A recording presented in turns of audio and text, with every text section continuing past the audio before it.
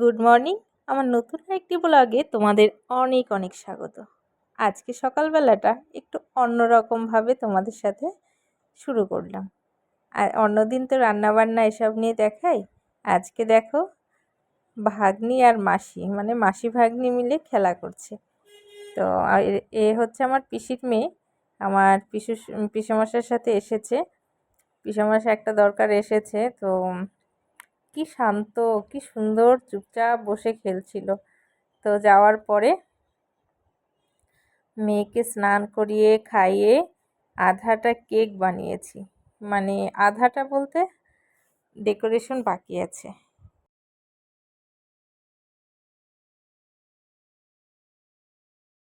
সেই সকালে তোমাদের সাথে দেখা হয়েছিল, আর দুপুরবেলা মেয়ে ঘুম পাড়িয়েছিলাম তখন। আর এখন হচ্ছে বাজে 4:30, 4:40।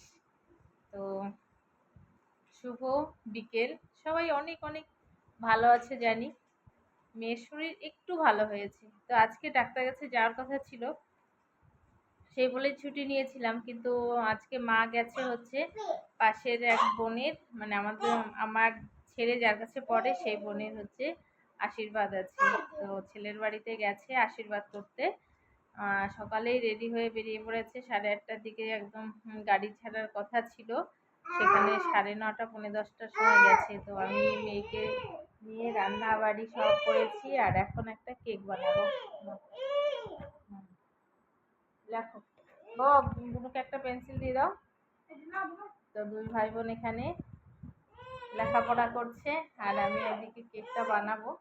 তো কেকটা বানাতাম না, কারণ যে অর্ডারটা নেয় না, মানে যে নেয় কেকগুলো, সে আমার থেকেই নেয়। এবার না করতে পারলাম না।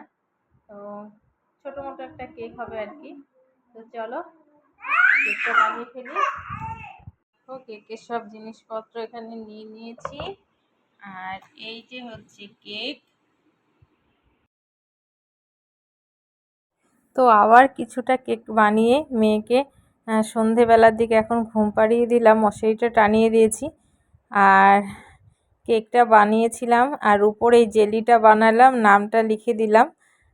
যেটা যেটা লিখতে বলেছিল সেরকম লিখে দিলাম। তোমরা অবশ্যই বলো কেমন হয়েছে।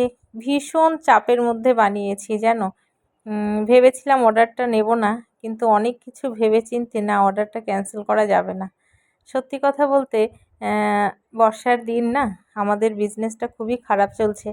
মানে মনে হয় দুটো টাকা যেখান থেকেই আসুক সেটাই সংসারে লাগবে, একটু উপকার হবে। তারপরে খাওয়া দাওয়া করে আমার ছেলে দেখো ঘুমিয়ে পড়েছে, ওকে পড়ালাম সন্ধেবেলা। তারপরে এই যে দেখো আমরা চারজন এখানে বিছানায় বসে আছি, কারণ মেয়ে এখন খাবে।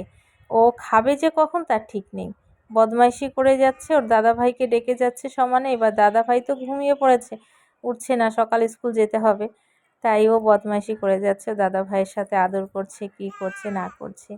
তো মেয়েকে খাইয়ে তারপরে ওকে ঘুম পাড়িয়ে আমিও ঘুমোবো। এত টায়ার্ড লাগছে ভাবতে পারবে না। বাড়িতে একা হাতে বাচ্চা কাচ্চা, রান্না বাড়ি, আবার কেক বানানো, সত্যি মানে আমি কীরকম ছিলাম আর আজকে কীরকম হয়ে গেছি ভাবলে না অবাক লাগে। আর এই যে আমার সোনা মা, দেখো আমাদের বিছানার কোনো ঠিক ঠিকানা থাকে না।